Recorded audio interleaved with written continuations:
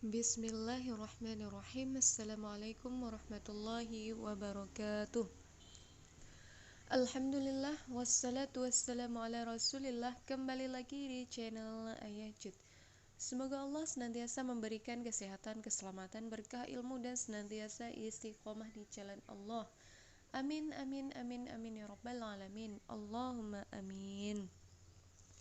Teman-teman, pada kesempatan kali ini saya akan membagikan informasi terkait tentang P3K, yaitu kata Nadiem Makarim, seleksi guru P3K tidak berdasarkan lama mengajar. Nah, teman-teman, sebelum kita masuk kepada informasinya, jangan lupa subscribe, like, dan aktifkan tombol loncengnya untuk bisa terus mengikuti channel ini. Oke teman-teman, langsung saja kita akan lihat informasinya. Informasi ini dikutip dari kompas.com. Mendikbud Nadiem Makarim menekankan seleksi guru pegawai pemerintah dengan perjanjian kerja atau P3K tidak berdasarkan rekomendasi maupun pertimbangan lama mengajar. Undang-undang tidak memperbolehkan kita mengangkat guru P3K dan PNS tanpa seleksi, kata Nadiem saat melakukan kunjungan kerja ke Papua Barat, melansir siaran pers pada Kamis 11 Februari 2021. Nah, dari kata-kata ini dapat kita simpulkan bahwa jadi untuk mengikuti seleksi P3K ini tidak mesti pada lamanya mengajar. Ya, jadi tidak direkomendasikan dengan lamanya mengajar. Dan siapa saja boleh mengikuti seleksi P3K. Dan tidak adanya pengangkatan guru P3K ataupun CPNS tanpa seleksi. Nah, jadi diperjelas ya sama Nadiem Makarim. Jadi tidak adanya pengangkatan tanpa tes. Pengangkatan ada tes, jadi ada seleksi. Nah, jadi seperti itu. Dia mengaku guru honorer diberikan kesempatan mengikuti seleksi tes guru P3K sampai 3 kali. Nah, seperti yang sudah kita jelaskan, informasikan di video-video sebelumnya, ketika kita gagal di tes yang pertama, maka kita berkesempatan untuk ikut tes yang kedua. Kemudian gagal lagi, kita mempunyai kesempatan untuk ikut tes yang ketiga. Kita mempunyai 3 kesempatan tes dan kita harus memanfaatkannya. Ya, memanfaatkan sebaik mungkin. Ya, mana tahu Allah beri kita rezeki di P3K. Bahkan dia bilang Direktorat Jenderal Guru dan Tenaga Kependidikan Kemendikbud telah mempersiapkan materi-materi pembelajaran. Hal itu bertujuan agar guru honorer dapat belajar secara mandiri. Kalau tahun ini belum lolos seleksi, bisa mencoba sampai dengan 3 kali, terang Mendikbud Nadiem Makarim.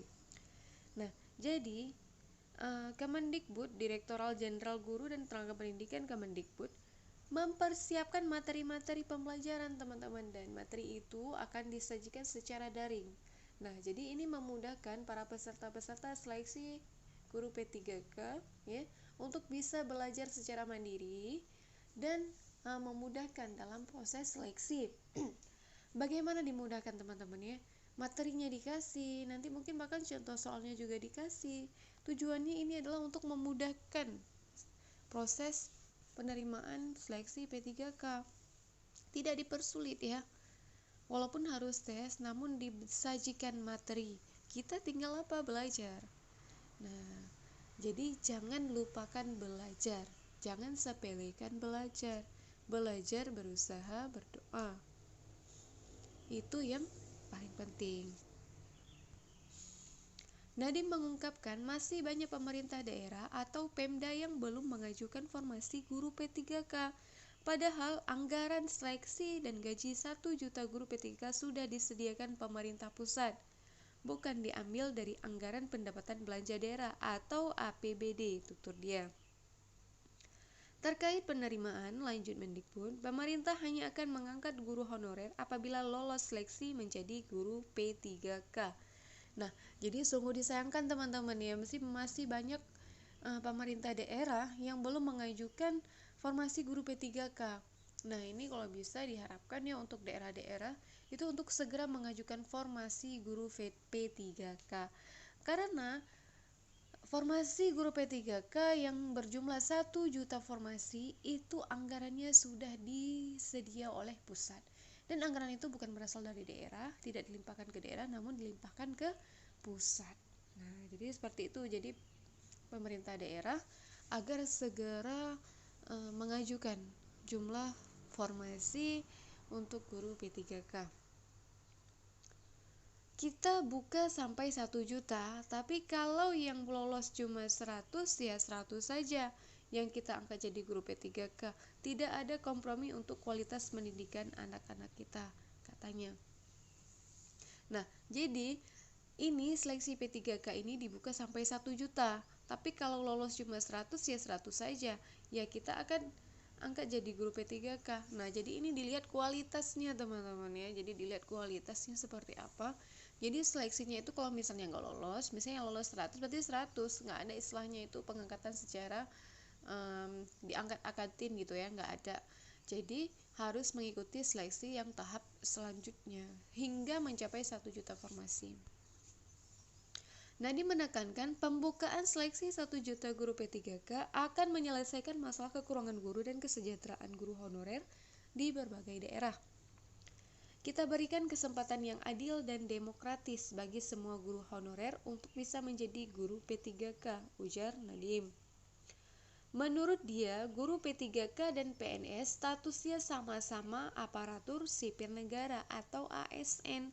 Itu berdasarkan amanat Undang-Undang Nomor 5 Tahun 2014. Jadi nggak beda ya teman-teman, sama di bawah naungan pemerintah yaitu ASN, tetap dikatakan ASN. Ya, sama-sama ASN yaitu baik itu PNS maupun P3K. Gaji dan tunjangan P3K sama dengan PNS. Uang yang diterima tiap bulan itu akan sama. Semoga tidak ada lagi mispersepsi, sebut dia. Nah, jadi ini tunjangan ya, baik itu tunjangan keluarga, tunjangan beras ya, tunjangan pokok lainnya.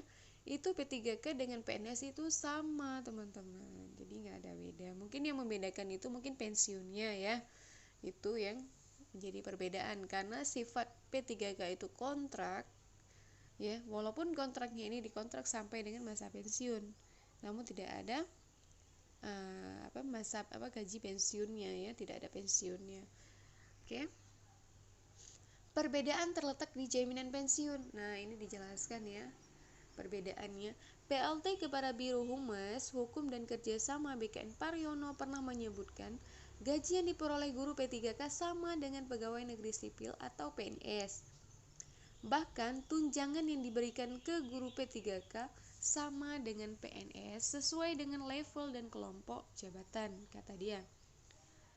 Dia menyatakan guru P3K juga akan memiliki hak dan perlindungan yang sama seperti PNS, seperti hak cuti dan hak pengembangan kompetensi. Nah, selain itu dia bilang, guru P3K juga mendapatkan perlindungan jaminan hari tua, jaminan kesehatan, jaminan kecelakaan kerja, hingga bantuan hukum seperti yang diperoleh PNS. Perbedaan utama antara guru P3K dengan PNS terletak di jaminan pensiun. Nah, jadi seperti itu teman-teman ya. Jadi jaminan hari tua ada, jaminan kesehatan ada, jaminan kecelakaan ada. Nah, jadi sama ya, bantuan-bantuan seperti ini itu sama seperti PNS. Oke. Namun tidak tertutup kemungkinan guru P3K memperoleh pensiun melalui perubahan mendasar dari skema pensiun. Manfaat pasti menjadi iuran pasti, ucap Paryono. Nah, ini seperti itu teman-teman.